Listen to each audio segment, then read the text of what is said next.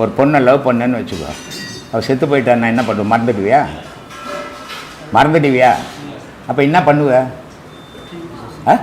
Feel பண்ணுவேன். அந்த ஃபீலிங்கை அது நினச்சிக்கின்னு கடவுளை பண்ணு, சரியா தெரிஞ்சிடும். என்ன நான் தான் இருந்தான்னு சொன்னேன். நான் கூட ஒரு பொண்ணு செத்து போனால் எப்படி ஃபீல் பண்ணோம், அந்த மாதிரி கடவுளை பற்றி ஃபீல் பண்ணேன். நீ கூட அது மாதிரி பண்ணால் உனக்கும் விடை கிடைக்கும். என்ன கடவுள்? எல்லா ஃபீலிங்கும் ஒன்று தான். ஃபீலிங்கிறது ஒன்று தான், பொருள் தான் வேறு வேறு, கடவுள் வேறு, பொண்ணு வேறு. ஆனால் ஃபீலிங் ஒன்று தான் உனக்கு. ஃபீலிங்னா ஒன்று தான், அது வேறு வேறு ஃபீலிங் இல்லை. நல்ல ஃபீலிங்கு, கெட்ட ஃபீலிங்கு, இந்த ஃபீலிங்கு, அந்த ஃபீலிங்கெல்லாம் ஒன்று கிடையாது. ஃபீலிங்னா நினைவு. அந்த நினைவை ஒன்றையே பற்றி ஆராயிறது தான் ஃபீலிங்கு. அது கடவுளை பற்றி ஆராய் தெரிஞ்சு போகுது. தெரியும், உனக்கே தெரியும். நீ ஆராயணும், யாருக்கிட்டும் கேட்கக்கூடாது. கேட்டீங்கன்னா அதுக்கு விடையே கிடைக்காது.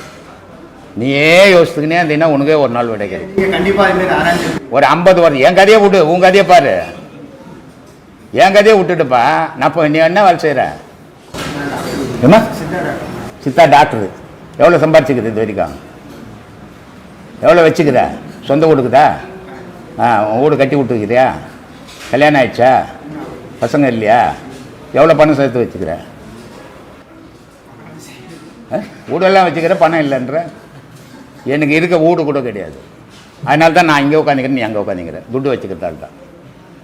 அதனால் நான் 60,000 70,000 ரூபாய் சம்பளம் வாங்கினேன். எல்லாத்தையும் தர்மம் இல்லை, என்ன எல்லாருக்கும் போட்டு சாப்பாடு போட்டு காலி பண்ணிட்டு இன்றைக்கி அனாதையாக உட்காந்துக்கிறேன். உன்னால் பண்ண முடியுமா சொல்லு? அதனால் மனத்தை முதல்ல பக்குவப்படுத்து. ஏமா தர்மம் பண்ணி பாரு. பண்ண முடியுமா? முடிவை முதல்ல சொல்லிடக்கூடாது. எக்ஸாம் போனீங்கன்னா கொஸ்டின் பேப்பரை கொடுத்து எழுதின பிறகு தான் முடிவு தெரியும். அது மாதிரி எழுது, அப்புறம் தெரிஞ்சுப்பேன். முதல்ல படி. சாமி, இறக்கும்போது அந்த முப்பொருள்னு எல்லாம் ஒன்றா போகுது அப்படின்னு சொல்றீங்களா? அது எப்படி சாமி? அது போனது திரும்பி அதை எப்படி பெறப்படுத்தும் போதும் திரும்பி எல்லாம் அதே மாதிரி எது போச்சோ அதெல்லாம் சேர்ந்து ஒன்றா சேர்ந்துட்டு உள்ள வரும் அப்படின்னு. இந்த சில விஷயங்கள்லாம் சொல்லக்கூடாது, ஆனால் சொல்ல வேண்டிய சூழ்நிலைக்கு எடுத்துன்னு வந்துடுறீங்க. இந்த பிண்டமாக அந்த தொப்புல கட் பண்ண உடனே அசைவற்ற குழந்தை இருந்தது. அந்த நேரம் முப்பொருளும் உள்ள பூந்துது. அது வரைக்கும் அந்த குழந்தைகிட்ட பூமியும் இருந்தது, ஆகாயமும் இருந்தது. ஆனால் நீர், நெருப்பு, காற்று, இந்த 3 பொருள் மட்டும் அதுக்கிட்ட இல்லாமல் இருந்தது. அப்போ இந்த 2 பொருள் இருந்து 3 பொருள் இல்லாமல் இருந்ததால் அந்த பொருள் அசையாமல் இருந்தது. இந்த 3 பொருளும் வந்து உள்ளே பூந்த உடனே ஒன்று அது மலம் போயிடும், இல்லை ஒன்றுக்கு போயிடும். இந்த 3 பொருளும் வந்து உள்ளே பூந்த உடனே ஒன்று அது குழந்தை மலம் போயிடும், இல்லை ஒன்றுக்கு போயிடும். அப்போ தெரிஞ்சுக்கலாம் அந்த 3 பொருள் வந்து சேர்ந்து போச்சுங்கன்னு. சேர்ந்த உடனே ஏக்கத்துக்கு வந்துடுச்சு. அப்போது இந்த 2 பொருள் அசையா பொருள் முதல்ல இருந்தது. அப்புறமா 3 பொருள் உள்ளே வந்து பூந்தது. பூந்த உடனே ஏக்க ஆரம்பிச்சது. ஏக்கத்துலேயே எது ஏக்குது, எது ஏங்குது அப்படின்னு பார்க்கணும். காற்றுன்ற பொருள் தான் எல்லாத்தையும் ஏற்கிறது. பூமியை சுத்த வைக்கிறது கூட காற்றும் காந்தம் தான். அப்போ அந்த காற்று தான் நமக்கு உடல் முழுக்க. இப்போது ரத்தம் இருக்குது உடம்புல, ரத்தம் சாப்பிட்றோம், மலமாயிடுச்சு, கழிப்பு பொருளை தள்ளிடுது, கொழுப்பாக்குது, ரத்தமாக்குது. இப்படி எல்லா பொருளையும் ஆக்கினாலும் அது ஒரு பானையில் நிற்கிது. இந்த நிற்கிற பானையில் நிற்கிற பொருள் உடம்புக்கெல்லாம் ரத்தம் ஓணும் ஃபுல்லாக. எப்படி போகும்? இது என்ன போட்டால் போகும்? காற்று சேர்ந்தாதான். இப்போ காற்று சேர்ந்து தள்ளும் போது என்ன ஆகுது? இப்போ நம்ம கை இருக்குது ரெண்டும், அணைச்சோம்னா சூடு இல்லை, தேய்ச்சோம்னா சூடு உருவாகுது. அப்போது இந்த 32,000 நாடி நரம்பில் இந்த காற்று போகும்போது, ரத்தத்தை தள்ளும் போது கூடவே சூடு எரிக்கின்னு போகுது. சூடு எரிக்கின்னு போகிறதால உணர்வுகள் உங்களுக்கு இருக்குது. அப்போ இந்த முப்பொருளையும் இயக்கிறது காற்று. இப்போ ஒரு நெருப்பு இங்கே இருக்குது, இது இங்கேயே எரிஞ்சும் கிடக்கும். ஒரு தண்ணி அங்கே இருக்குது, அது அங்கேயே கிடக்கும். காற்று வந்ததுன்னா இத்தனை பக்கத்து வீட்டில் கொட்டிட்டு போயிடும். அதை தள்ளி போய் ஒரு இடத்துல இருப்பான். அப்போது பொருள்கள் 2 இருந்தாலும் இந்த 2 பொருளையும் இயக்கிறது காற்று. அப்போ இந்த முப்பொருளாக உள்ளே போனாலும் 2 பொருளும், ஒரு பொருள் தலையில் இருக்குது, ஒரு பொருள் இடுப்பில் இருக்குது. இது 2யும் இயக்கிறது காற்று. அதனால தான் நான் சொல்கிறது, காற்று தான் கடவுள். காற்றுன்னு ஒன்று இல்லைன்னா கடவுள்னு ஒன்று இல்லை. காற்றுன்னு ஒன்று இல்லைன்னா நீ இல்லை. அதனால் இந்த காற்றை கவனிங்க. உபதேசம் வாங்கிட்டீங்களா போன மாதம்? என்ன சொல்லி கொடுத்தோம்? காற்றை கவனி, அதையே பாரு அப்படின்னு ஏன் சொல்லி கொடுத்தோம்? அதுதான் முடிவானா. அதை வச்சு அந்த காற்று அம்மா வயிற்றில் இல்லைன்னா செத்த குழந்தை வெளியே வராது. அப்போது அந்த காற்றுன்ற உயிர் இருந்ததால் தான் அது ஒச்சைக்குன்னு வெளியே வந்தது. அப்போ அந்த காற்றை தாய் வயிற்றிலிருந்து வந்த காற்றை கட் பண்ணி ஆகிப்போச்சு. இப்போ சுய காற்று வந்துடுச்சு. இந்த காற்று இருக்கிற வரைக்கும் தான் நீ நடக்க போகிற, ஓட போகிற, எல்லாம் பண்ண போகிற. இந்த காற்று வெளியே போனால் நீ ஊந்துட போகிற. அப்போது காற்று தான் கடவுள், காற்று தான் இயக்குது. அந்த காற்றையே பாரு. கடவுள் உருவங்கள் பக்தியில் வச்சுக்கணும், 1000 வச்சுக்கிட்டோம். மனுஷனுக்குள்ளே இருக்கிற காற்று தான் கடவுள். அந்த காற்றுன்றது வெளியே போச்சுன்னா கடவுள்னு ஒன்று கிடையாது. அதனால தான் காற்றை கவனிங்க. அந்த காற்றால் தான் வந்தீங்க. அந்த காற்றை பிடிச்சினே கடவுள்கிட்ட அடையுங்க. அப்போ அந்த காற்றுக்கு வழி தேடி தெரிஞ்சுங்க. அந்த காற்று வழியே ஏணி மாதிரி ஏறி போயிடுங்க அப்படின்னு உபதேசமே, முதல் உபதேசமே அப்படி கொடுக்குறோம். ஆனால் நான் குழந்தைகளுக்கு ரொம்ப மோசமான குழந்தை சாமி. எனக்கு சரியாக புரியவே மாட்டேங்குது. எப்படின்னு கேட்டிங்கன்னா, இப்போ ஆரஞ்சு பழத்தை பார்த்தா நீங்கள் முதல்ல சொல்லி கொடுத்தா தான் ஆரஞ்சு பழம் தெரிஞ்சுக்கிறேன். பிச்சு வாயில் கொடுத்தாலும் சாப்பிடுவேன். அந்த மாதிரி சூழ்நிலை அது சில பேர் சொல்லுவாங்க. அது ஒன்றும் தவறுன்னு சொல்ல முடியாது. ஒரு சிலர் சொன்ன உடனே புரிஞ்சுப்பாங்க, ஒரு சிலருக்கு எவ்வளோ சொன்னாலும் புரியாது, ஒரு சிலருக்கு 2 முறை சொன்னால் புரிஞ்சுப்பாங்க. இது இயற்கை. இது மனுஷன்ல ஒரே மாதிரி மனுஷன் இல்லையா, ஒரே மாதிரி தாய் தப்பனுக்கு ஒரு தாய் தப்பனுக்கு பிறகு இல்லையா. பல தாய் தப்பனுக்கு பிறந்தோம், பல தாய் தப்பனுடைய எண்ணத்துக்கு ஏற்ற மாதிரி, பல இடத்துக்கு எண்ணத்துக்கு ஏற்ற மாதிரிலாம் நம்ம வாழ்வோம். இப்போ பூமி ஒரே பூமி தானே, பூமி ஒன்று தானே சாமி. ஒரு இடத்துல கிணறு நோண்டிங்கன்னா தண்ணி இனிப்பாகுது, ஒரு இடத்துல நோண்டிங்கன்னா உப்பாகுது, ஒரு இடத்துல நோண்டா தோற்பாக இருக்குது. இது ஏன் ஒரு பூமிக்குள்ளே ஏன் இத்தனை தண்ணி வேறுபாடு எப்படி வரலாம்? இதை யார்கிட்ட நம்ம கேட்கலாம்? யார்கிட்ட கேட்டால் விடை கிடைக்கும்? அதே மாதிரி மனுஷனுடைய பிறப்பும் தாய் தப்பனுடைய பூமி எப்படி இருந்ததோ அதுக்கு ஏற்ற மாதிரி தான் குணங்களும் செயல்களும். இதெல்லாம் புரிஞ்சுக்கணும். புரிஞ்சால் தான் தெய்வீகம் புரியும். இதெல்லாம் புரியாத தெய்வீகம் புரியாது.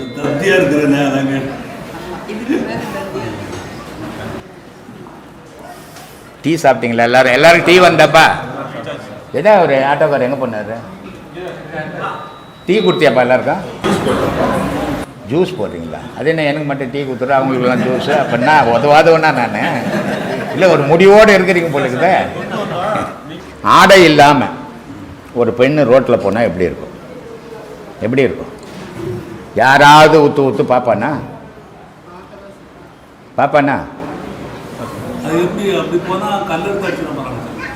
கல்லெடுத்து அடி கூட வேணாம், பார்க்கவாது பார்ப்பீங்களா?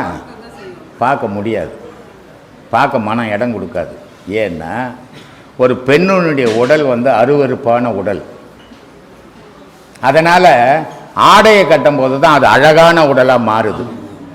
அப்போது கடவுள் விஷயம் நிர்வாணமாக போகிற மாதிரி அது அவ்வளோ சீக்கிரம்லாம் பார்த்துட முடியாது, அவ்வளோ சீக்கிரத்தில் முடிவு கண்டுட முடியாது. அதில் நீ நிர்வாணமாக ஆயிடணும், நிர்மூலமாகவும் ஆகணும். கடவுளை பார்க்கணும், கடவுளை அடையணும்னு சொன்னால் நீ நிர்வாணமாகவும் ஆகணும், நிர்மூலமாகவும் ஆகணும். இது 2மே ஆனால் தான் கடவுளை பார்க்க முடியும். அது வரைக்கும் நீ பார்க்க முடியாது. பேசிக்கினுக்கலாம், எவ்வளோ வேணாலும் பேசலாம், பார்க்க முடியாது. அப்போது அந்த நிர்மூலமாகவும் நிர்வாணமாகவும் ஆகக்கூடிய பக்குவத்தை நமக்குள்ளே உருவாக்கிக்கணும். அப்போ தான் பார்க்க முடியும். அதே மாதிரி ஒரு பொண்ணு முழுமையாக மூடி போட்டுட்டா பார்க்க முடியுமா? முஸ்லீம் தர்கா போட்டு போகிறாங்களா, அந்த மாதிரி போனால் யாருன்னா பார்ப்பாங்களா? ஏதோ ஒரு கருப்பு காட்டிட்டு போகுதுன்னு நினச்சிப்பாங்க, இல்லை ஒரு கருப்பு உருவம் போகுதுன்னு நினச்சிப்பாங்க. நிர்வாணமாக போனாலும் பார்க்க முடியாது, மூசா போட்டு மூடி போட்டுட்டாலும் பார்க்க முடியாது. கடவுள் நிலை அப்படி தான். அது இல்லைன்னிட்டாலும் அதை பற்றி தெரிஞ்சிக்க முடியாது, அதை முழுமையாக பார்க்கணுன்னாலும் பார்க்க முடியாது. அப்படிப்பட்ட நிலை. அதுக்கு தான் கம்பன் சொல்கிறான், ஏன்பா இந்த உலகம் ஃபுல்லாக எத்தனையோ 1000 வருஷமாகவும் எந்த ஆணுக்கிட்டவும் அடிமையாகலையே, ஆனால் எல்லா காலத்திலையும் பெண்ணுக்கிட்டவே அடிமையாக இருக்குது இந்த உலகம். இதுக்கு என்ன காரணம் அப்படின்னு கேட்குறாங்க. என்ன பதில் சொல்லலாம்? இதுக்கு என்ன பதில் சொல்லலாம் சாமி? ஆமாம் சாமி, இது வினோதமான ஆச்சரியமானது.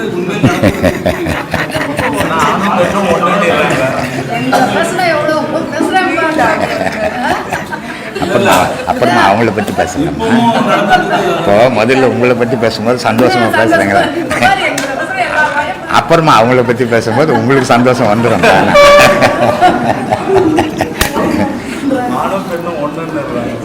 அது அது எப்படிப்பா எவனை முண்டம் சொல்லிட்டு புட்டாத்தல்ல நானும் பெண்ணு ஒன்று நீ ஒரு கெட்டப்படுத்திக்கணும் மேலே ஏதாவது கெட்டப்படுத்திக்கணும் ஒரு பொம்பளையார் சொல்ல இதெல்லாம் சொல்கிறதுக்கு நல்லா இருக்கும்பா செயலுக்கு ஒத்து வராது. ஆணுனுடைய உடல் அமைப்பு வேறு, பெண்ணுனுடைய உடல் அமைப்பு வேறு. இப்போ நீ சாதாரணமாக நின்றுக்கு நின்றீங்கன்னா உன் பட்டாக்ஸ் எவ்வளோ இருக்குதோ அவ்வளோ தான் உட்காந்தினாலும் இருக்கும் தெரியுமா.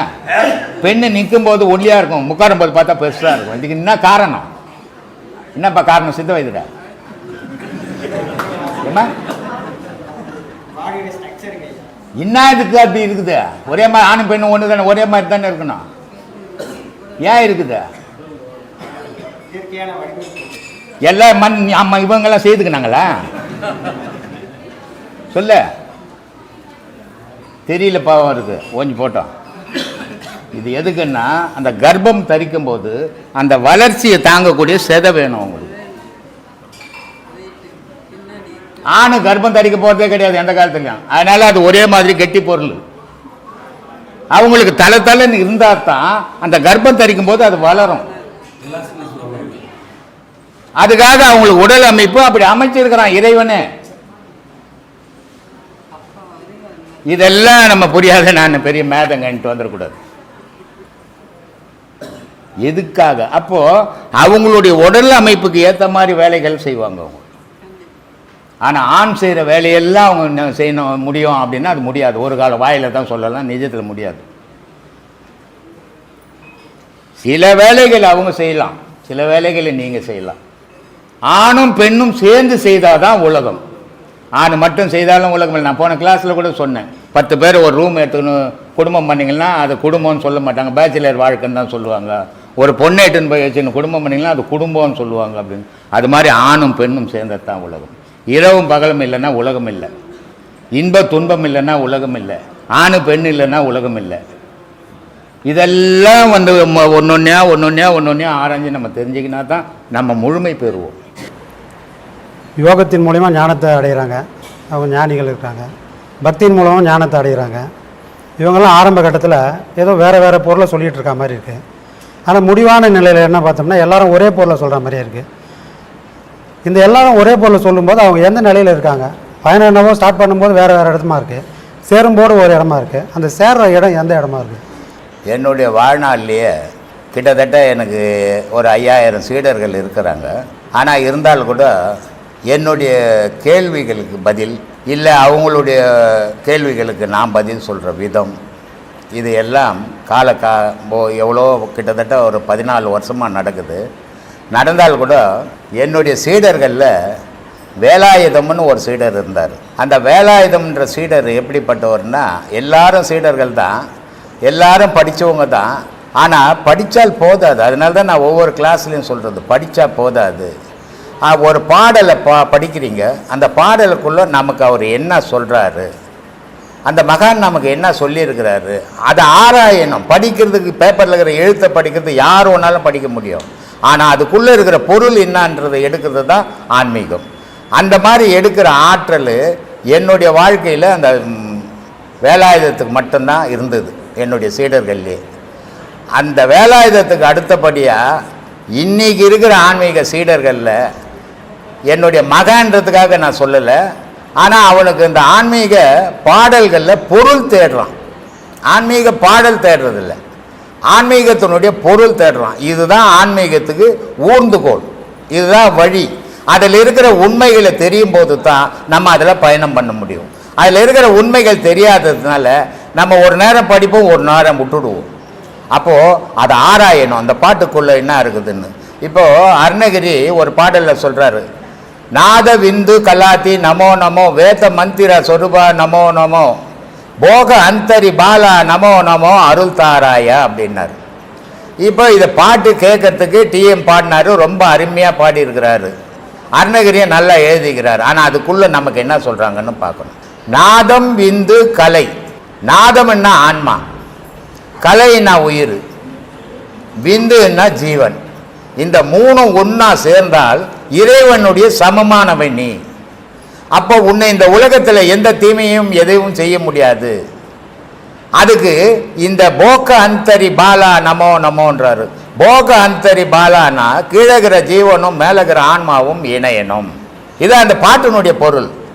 இது இணைஞ்சது பிறகு இந்த குழந்தைக்கு வரம் கொடுக்கறது, வரம் தாராய், என்ன வாழ வைக்கிறதுக்கு வழி சொல்லு அப்படின்றது. ஏன்னா அப்போதான் அது முடியும். இதை மாதிரி ஒவ்வொரு பாடலையும் பொருள் அறியணும். பொருள் அறியாமல் பாட்டு பாடி நான் 100 பாட்டு பாடுவேன் 200 பாட்டு பாடுவேன்னா அதில் ஒரு பயனும் கிடையாது. பாட்டுக்குள்ளே நமக்கு என்ன சொல்கிறாங்கன்னு தெரிஞ்சுக்கணும். அந்த சிவவாக்கியர் ஒரு இடத்துல சொல்கிறாரு, அந்தரத்தில் 1 மாய், அகண்ட கால் 2 மாய், செந்தனலில் 3 மாய், சிவந்த அப்பு 4 மாய், 5 பாடல் 5 மாய், அளவிறந்த சோதியை சிந்தையில் தெளிந்த மாயம் யாவர் காணர். ஆமாம், இப்போ 5 பஞ்சபூதத்தையும் வரிசைப்படுத்திட்டார் அவர். இந்த 5 பஞ்சபூதத்தில் என்ன இருக்குதுன்னா ஒவ்வொன்றிலையும் 5 இருக்குது. மண்ணில் பார்த்தீங்கன்னா 5 இருக்குது. நீர் இருக்குது, நெருப்பு இருக்குது, காற்று இருக்குது, ஆகாயம் இருக்குது, பூமி இருக்குது, மண்ணில் இருக்குது. நீரில் பார்த்தீங்கன்னா 5 இருக்குது. நீர் இருக்குது, நெருப்பு இருக்குது, காற்று இருக்குது, ஆகாயம் இருக்குது, பூமி இருக்குது, அது இருக்குது. இப்படி 5 பஞ்சபூதத்திலும் 5 5 50 நிற்குது அது. அப்போ நீ ஒன்று சேரும்போது அதான் 51 அட்சரம்ன்றது. அப்போது இந்த 5 பஞ்சபூதங்கள் இருந்தாலும் முப்பொருள் தான் இங்கே ஏக்கமாக நிற்குது. இந்த முப்பொருளில் தலைமையாக இருக்குது காற்று. அப்போ காற்றோடு என்ன கலக்குது? இப்போ ஒரு விளக்கை கொளுத்திட்டு அதில் காற்று படாத அதை மூடை நின்னா அணைஞ்சிடும். அப்போ அந்த விளக்கு எரியணுன்னா என்ன வேணும்? காற்று வேணும். அப்போ உனக்குள்ளவே இருக்கிற ஜோதியை நீ பாரு, அதான் கடவுள்னு சொல்கிறாரு. அதான் ஆராயி, நீயே ஆராய், உனக்குள்ள உண்மை தெரிஞ்சிடும், உனக்குள்ளே இருக்கிற ஜோதியை நீ பார்ப்ப அப்படின்னு சொல்கிறாரு. அதான் இந்த விஷயத்தை என்னன்னா, யோகத்திலேருந்து வரவங்களும் ஞானத்தில் வரும்போது ஒரே போகலாம், பக்தியிலேருந்து வரவங்க ஒரே விஷயத்த சொல்ல ஆரம்பிச்சாங்க கட்டத்துக்கு அப்புறம். ஆமாம், அங்கே எங்கன்னு கேட்குற இல்லையா? பட்டினத்தார் ரொம்ப அழகாக சொல்லுவார், இந்த யோகம் எதுக்காக பண்ணப்படுது? இந்த யோகம் பண்ணுறதால நீ போய் கடவுளை அடைஞ்சிடுவியா அப்படின்னா அடைய முடியாதுப்பா. சரி, அடைய முடியாததுக்கு இந்த யோகம் நான் எதுக்கு பண்ணணும் அப்படின்னா உன் மனம் அடங்கிறதுக்கு பண்ணணும். அப்போ மனம் அடங்கினா தான் நீ கடவுளை பார்க்க முடியும். மனம் அடங்காமல் கடவுளை பார்க்க முடியாது. அதனால சொல்கிறாரு, அட்டாங்க யோகமும் ஆதாரம் 6 அவித்தை 5 விட்டேறி போன வெளிதனிலே வேப்பொன்று கண்டேன். நான் யோகத்தில் நான் உட்கார்ந்தேன், அப்போ பார்த்தேன் என்ன நான். அதுக்கப்புறம் 6 ஸ்தான வழியாகவும் போனேன் மேலே, அப்பவும் என்னை பார்த்தேன் நான். அவித்தை 5 வெளிப்புற தோற்றங்களுக்குதே, இந்த 5 புலனையும் நான் பார்த்தேன். ஆனால் இது பார்க்குற வரைக்கும் கடவுள் எனக்கு தெரியலப்பா. ஆனால் இதை விட்டு நான் தனியாக போனேன். தனியாக போகும்போது இந்த 5 காணும். இங்கே காணாத போது கடவுள் தெரிஞ்சாம்பா அப்படின்றார். அதனால் சொல்கிறாரு, அட்டாங்க யோகமும் ஆதாரம் 6 அவித்தை 5 விட்டேறி போன வெளிதனிலே வேப்பொன்று கண்டேன். வட்டாகி செம்மதில் பாலூர உண்டு எட்டாத பேர் என்பம் என்ன விழுங்குதுன்னு. நான் சாப்பிட்டேன்னு சொல்லலை, தேனை தொட்டு நான் சாப்பிட்டா ருசி சொல்லலாம், அப்பா தித்திப்பா இருந்ததுப்பா, அருமையாக இருந்ததுப்பான்னு. ஆனால் தேனில் நான் முழுமையாக விழுந்தேன்னா ருசி சொல்ல முடியுமா? சொல்ல முடியாது. அந்த மாதிரிடாது கடவுள் என்ன வாயில் போட்டுக்குச்சு, அதனால் அதை பற்றி நான் விவரித்து சொல்ல முடியல. நானா இருந்தேன்னா அதை பற்றி பேசுவேன், நானா இல்லையே எங்க, அதனால என்ன அதை பற்றி பேச முடியலன்றது. இது எப்போ கிடைக்குது இந்த நிலை அப்படின்னா, பக்தியில் போனாலும் சரி, இந்த யோக மார்க்கத்தில் போனாலும் சரி, மனம் அழியணும். மனம் அழிஞ்சால் மட்டும்தான் ஞானம் தெரியும். மனம் அழிக்கிறதுக்கு தான் பக்தியும் இந்த யோகமும். இதில் ரெண்டிலுமே மனம் அழிஞ்சால் எல்லாமே ஞானிகள். பக்தியிலிருந்து வந்து மனம் அழிச்சவங்களும் மகான் தான், யோகத்திலிருந்து வந்து மனம் அழிச்சவங்களும் மகான் தான். அப்போ 2 பேரும் சேர்ந்த இடம் ஒரே இடம். இதை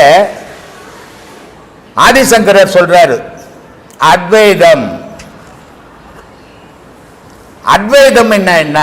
உலகம் ஒன்று, நீயும் அதுதான். உலகம் ஒரு பொருள், கடவுள் ஒரு பொருள், நீயும் ஒரு பொருள் தான். இங்க எங்கேயும் வேற்றுமையே கிடையாதுரா அப்படின்ட்டார். அப்போ அது இல்லைன்னா இங்க ஏக்கமே இல்லடான்ட்டார். இது அத்வைதம். உடனே ராமானுஜர் வந்தார், துவைதம்னாரு. இது என்னங்க அவர் அத்வைதம்னாரு, நீங்க துவைதம்ன்றீங்களே அப்படின்னாரு. 2பா அப்படின்னாரு. இது எப்படி பெரிய பெரிய மகான் வந்து இப்படி மாற்றி மாற்றி சொல்லலாமா? தப்பு இல்லையா இது? கேட்குறவனுக்கு குழப்பம் வந்துடாதா அப்படின்னா, இவர் என்ன சொல்றாரு, உனக்குள்ள நீ இருக்கிற, ஆனா உன்னை தெரியுமா? தெரிஞ்சாதானே நீ ஒரு பொருளாவ. தெரியறதுக்கு முன்ன நீ வேற அது வேற தானே அப்படின்னு ராமானுஜர் சொல்றாரு. அவர் ஆதிசங்கர் என்ன சொல்றாரு, அது இல்லைன்னா நீயே இல்லையே, அப்ப நீ தான் அது, அதான் நீ அப்படின்றார். அப்போ ரெண்டு மகான்கள் சொல்றது ஒரு விஷயம்தான்.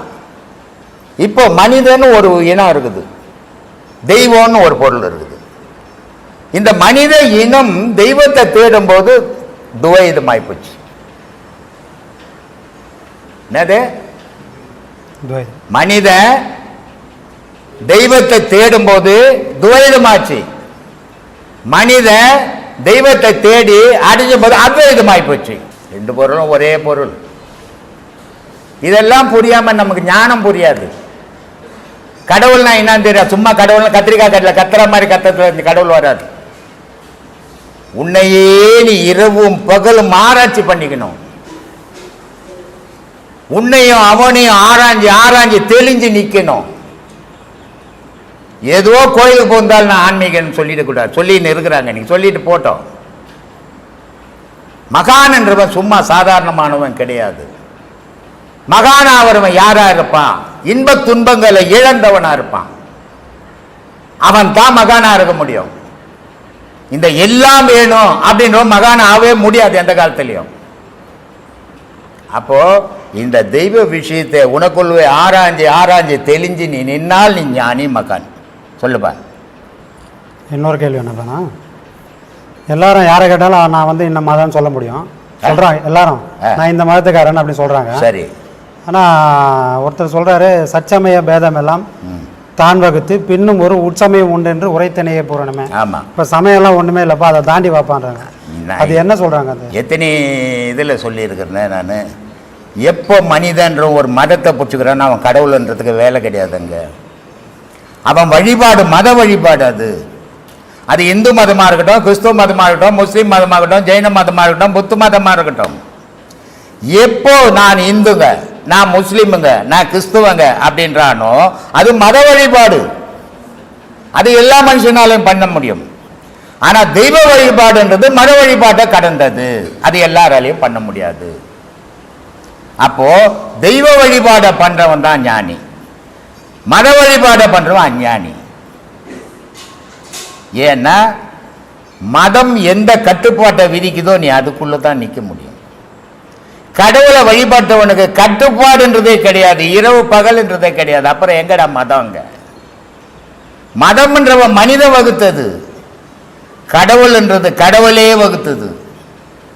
அதனால கடவுளை வழிபடுறவனுக்கு எந்த மதமும் கிடையாது, ஜாதியும் கிடையாது, இனமும் கிடையாது, குலமும் கிடையாது, கோத்திரமும் கிடையாது, பணக்காரன் கிடையாது, ஏழை கிடையாது.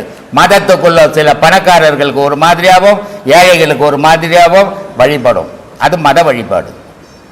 ஆனால் தெய்வ வழிபாட்டில் வேற்றுமை இல்லாதது. ஏன்னா அவன் மத வழிபாடுன்றவன் மனுஷனுக்கு உடலை வச்சு பண்ணுறது.